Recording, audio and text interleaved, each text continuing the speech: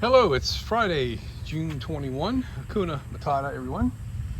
So we're at the house still and taking care of house stuff. So I thought, hey, what the heck, let's make a video. So we had a bit of an accident here with a lawnmower impact on this handhole, I guess you would call it. It's all broken to hell, so we're replacing that, and we're kind of underway here. Got cable TV line right there. I nicked the darn thing, only enough to break the outer insulation, so I just put a big wad of electrical tape over the damage. Hopefully we won't have any trouble with that. I'm gonna get the garden hose and rinse all the dirt off of that and let that water settle. Actually, I should do that now. And while we're at it here, we're running new power wires for this. We've been powering our sprinklers using home automation with Samsung Smart Things, which is a pretty good system. Gotta, throw it out there. It does work. It doesn't work good for my application, and I'll tell you what's going on here. So what we do is we've got these remote outlets. Half of it is switched with Z-Wave or remote Samsung Smart Things. The other one's hot all the time, which is cool. And I just use these little wall wart transformers to reduce it down to voltage and current that standard sprinkler valves can take. So we've got, schedules set up in Samsung Smart Things to power this outlet on and off, and it's connected to the internet, so you can control it remotely, which is nice when you're working on the sprinklers. You can turn it on and off with your phone and all that good stuff. But the problem is on this old house that I have, the electrical boxes are metal and grounded, and the Samsung Smart Things has what they call a mesh network, which works great because every device you put is a repeater, but the signal doesn't always travel very well through the metal box. And we got CBS walls. Now in the house it's a little bit different, even with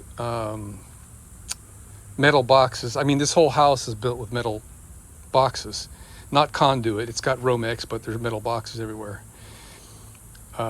So we're ditching the Samsung Smart Things for my irrigation, which has been problematic. Another thing, those receptacles are like $60 a piece by the time you get done with tax and shipping, and they don't last that long. I don't think they like being out here in the weather. The ones that are in the house, well, I had some of those fail on me too. So anyway, I'm replacing all the Samsung Smart Things for my irrigation, which there's two circuits here. One of them comes through that outlet I just described, comes this way and goes over to that valve. And the other one is powered off of another outlet inside my patio right there. And you see the transformer hanging. It's kind of rinky-dink. And the wire lays on the floor in there. It comes through here, goes down, goes to that thing. So the reason why I went with that is I've already got water all the way around the house. So all I needed to do was control valves. And if I went with standard sprinkler valve technology from the get-go, I would have had to do what I'm doing now, put 24 volt AC wires out to every valve. So what I did in the beginning, I was using X10 technology, which actually worked better and was way more cost effective than the Z-Wave or Samsung Smart Things. But that's an obsolete technology, and the device that interfaces with the internet is really, really expensive. I forget how much it was. And it's still an obsolete technology, so we're going back to basics. And I've already run 24 volt. This is 16 gauge duplex wire here, and it means 2 conductors in each cable, so to speak. And this is going up through the attic and into my utility room where the controller is going to be. And that device is connectable through the internet, and I've already got it programmed and running the schedules. And I have one sprinkler valve solenoid over there, and it goes on and off, and it works. I'm happy with it. So the downside is like you got to run the cables. So that's what we're doing. And I've got this run. This is like 80 feet or so of line that goes up in the attic, across the attic to the other side of the house, which is pretty far. And I've got this side done here, the upper half of it anyway. We got brass screws going into plastic shields. And I'm going to put another piece of pipe down there with 2 clamps to hold it in place. And that pipe will be just long enough to get into the dirt. And this is direct bury cable here. So we'll have one of the wires going this way to that valve, and the other wire going that way to that valve. And I put the box here for 2 reasons. This pipe was just long enough to reach, it ends right above where it's pierced through the soffit there, which I need to caulk that. And it just met the dirt. So with the extra like 4 inches or so that the length of this box gives me, it gives me enough length here. Double check what I'm saying. Yeah, it gives me enough length to get the pipe below ground level. And so we'll be going this way with it. So that works out just right. I mean, it's just like it was designed. This is a 10-footer, and bada bing. So where I'm at right now, I've got the new handhole or sprinkler valve box, whatever you call this thing, in the garage, and I'm gonna be cutting out these holes here like this, so this thing will set a little bit lower, and it needs to have 3. The way this original one was is I had it just kind of scooted in, and the valve wasn't in the middle of the box. But this time I'm gonna put it this way, so we've got 3 notches. Look at that peacock. He was just cawing a little while ago.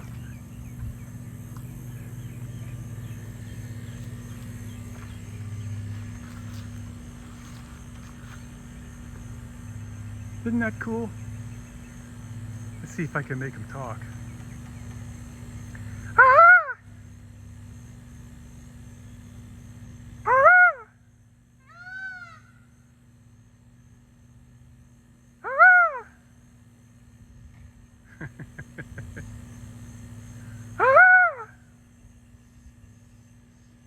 Oh well. Guess he's got me figured out. Okay. Let's see if I got this right. All right, it looks good, but I gotta go deeper somehow or another. Oh, because this is a higher elevation this pipe is, so I have to go about 3 inches deeper. Is that a mosquito? Pretty big, huh? That's my first finger.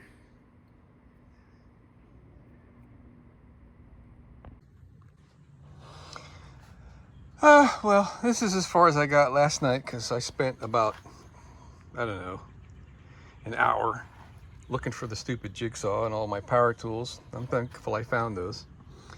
We had rain overnight or this morning, so everything is kind of beat down, which is fine.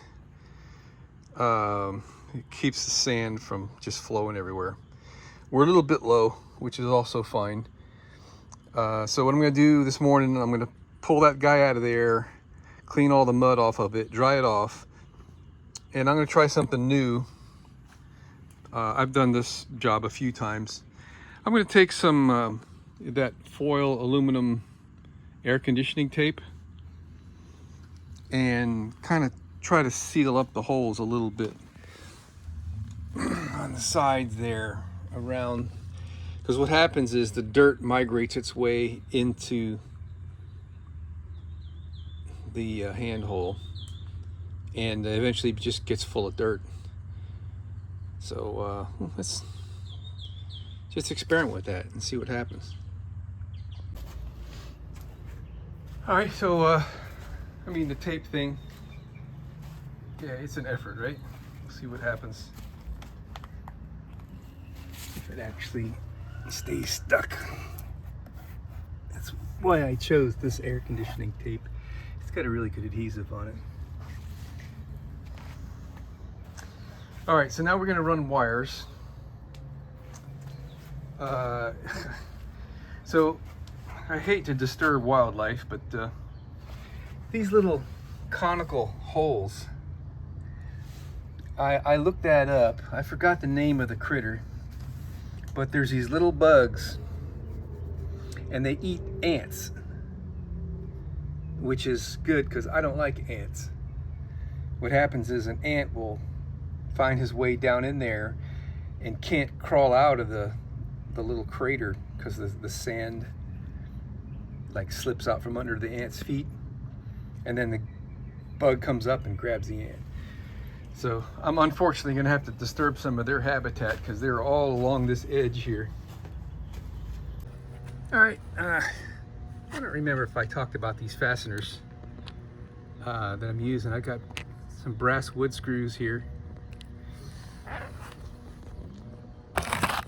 Yeah, number 8x1, and these number 8 to 10, 1-inch long plastic. They call them ribbed anchors. Dad used to always call them shields. So just drill a 3/16 hole in the concrete with a hammer drill. It makes it real easy, and you screw the thing in, and it makes for a really good fastening. I mean, tap cons would be another way, but tap cons can get stuck. It'd be really hard to remove. Okay, I have been marking both at the same time with my Sharpie pen, but this one's at a really awkward level, so I thought I would just put in the one to hold it for me, and then I can mark the second one and drill it.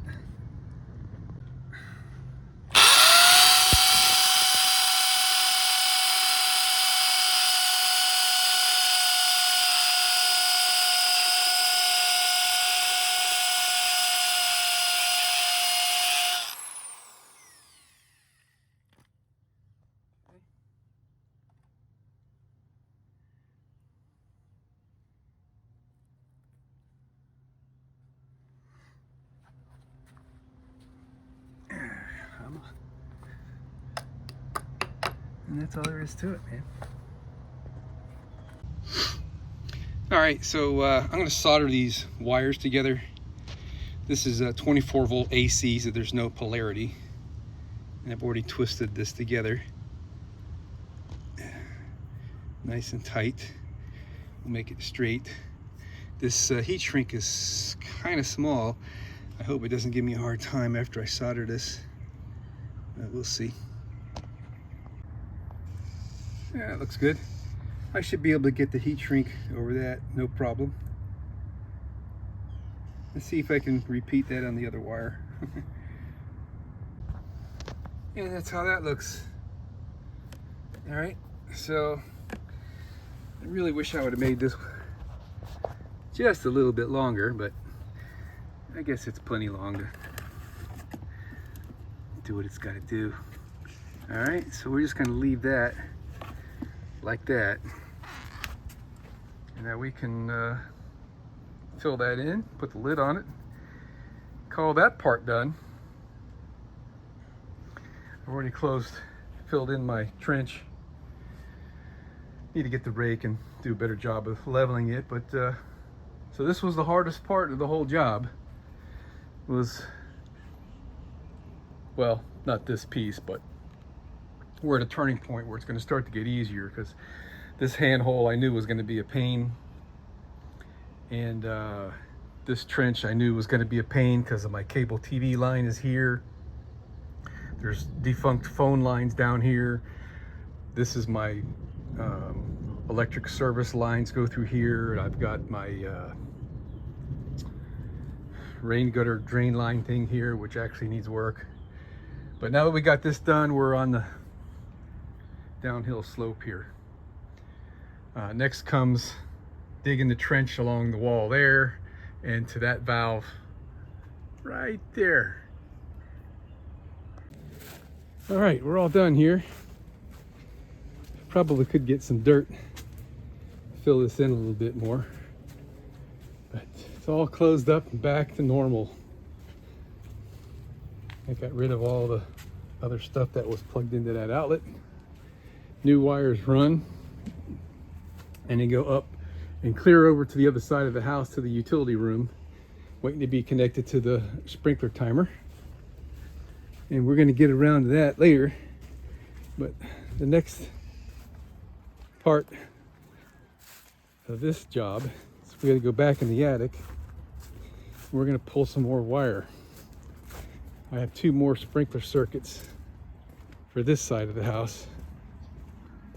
I'll show you what's going on here. All right, here's the pineapple garden, which has been decimated. We're gonna have to take a few years to get this back up to speed. I mean, this should be like just full of pineapple plants, but long story. This one's completely void, except for those guys down there. They need fertilizer and whatever. And this is supposed to be full all the way up to there. It has settled down. So anyway, we need to drill a hole up there and put a pipe down here, like we did on the other side, with the box in the middle. I think I'll put the box equal with this box just for looks. And come down here. So I got 3 sprinkler valves, and when I put this system together, it seemed like that was the right way to do it. But the left one and I think the right one,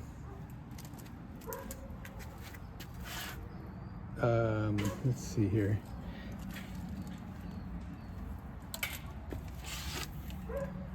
Whatever. 2 of them are these 2 gardens, and one of them is for my grapevines out there. So I only ever have my pineapple garden on one schedule anyway, so they're both electrically tied together into one circuit. And I have been controlling them with these transformers, which looks kind of hokey, on these Samsung Smart Things Z-Wave controllable outlets, which never worked very well. So that's going to be removed. All that's going to be removed, and we're going to put a normal set of outlets back into that hole. That's got a metal box back in the hole there, and I extended it out with this plastic box to get better reception on these radio frequency outlets. So all that's going to come off, and this will just be a repeat performance of what we did on the other side of the house earlier today. And the last step will be over there at the electronic sprinkler timer, and I'll get around to showing you that in the next piece of this video. I've been living in this house for 28 years, and I never noticed or don't remember noticing that this hose hanger is sitting here, and I need one of these for the other side of the house. And I'm going to take it off right now and move it over there. How about that? All right, so I'm going to start by removing this thing out of my way. And I'm going to use my circuit sniffer thing here. And you plug this half and the outlet. And this guy picks up the signal from it. So now we're going to go to the breaker panel. Let's see if we can find it now. Oh, look at that. All right. So it's not perfect because the wires, I guess it induces current.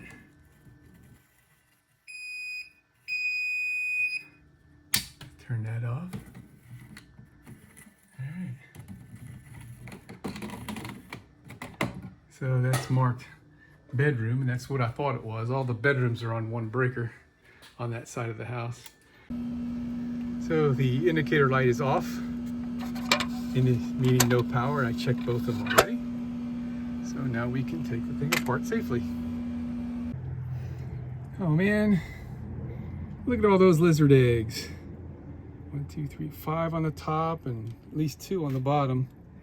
I've tried to move those before. They're so delicate. Just trying to touch them to move them, I've crushed them with my fingers. Well, let's see if we can relocate those someplace. Mr. Peacock's paying us a visit again. This is twice in 2 days. And I haven't seen a peacock go by here in like a year or more. I think it's kind of sad actually, because I don't see any females. I think these guys are running around looking for females. Wonder if I can get closer. Look at that pretty blue, man.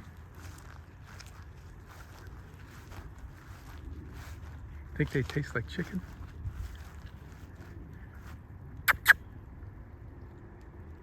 Hey there, big fella.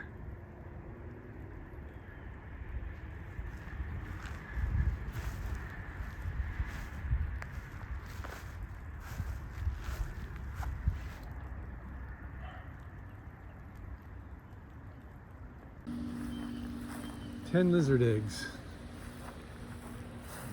Guess I'll just stash them underneath the shed or something.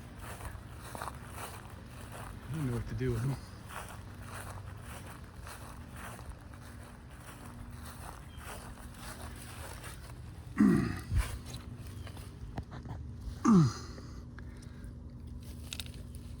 There you go. All right, we're finally done. Look at that. So what we did is we installed a receptacle box in the wall. I like the ones that you just cut the square hole and you tighten 2 screws and it clamps itself into place. And we have all of our wires going through the wall. There's a hole drilled at the header. All the wires are coming through. Here's our power supply. What I decided I could do here, which really kind of makes things pretty nice, is I have a receptacle up in the attic. So I put the power supply in the attic and just extended the wire so I don't have to plug anything in here. And now that this is in place, my Samsung Smart Things is going to get relocated. And that's going to alleviate one plug. Well, I guess, you know what? I could just plug it in up on the top one up there and that'll work. I was actually thinking about moving it to the bedroom, but I guess that'll be all I got to do. Fabulous. Wow. That don't look like much, but it's been about 25 years since I wanted to have my dedicated outlets for my 2 transformers that power my water system.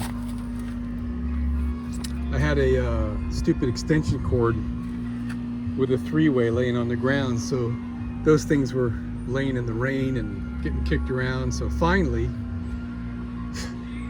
done. All right, we're all done with this project. That was really great to have all these things completed.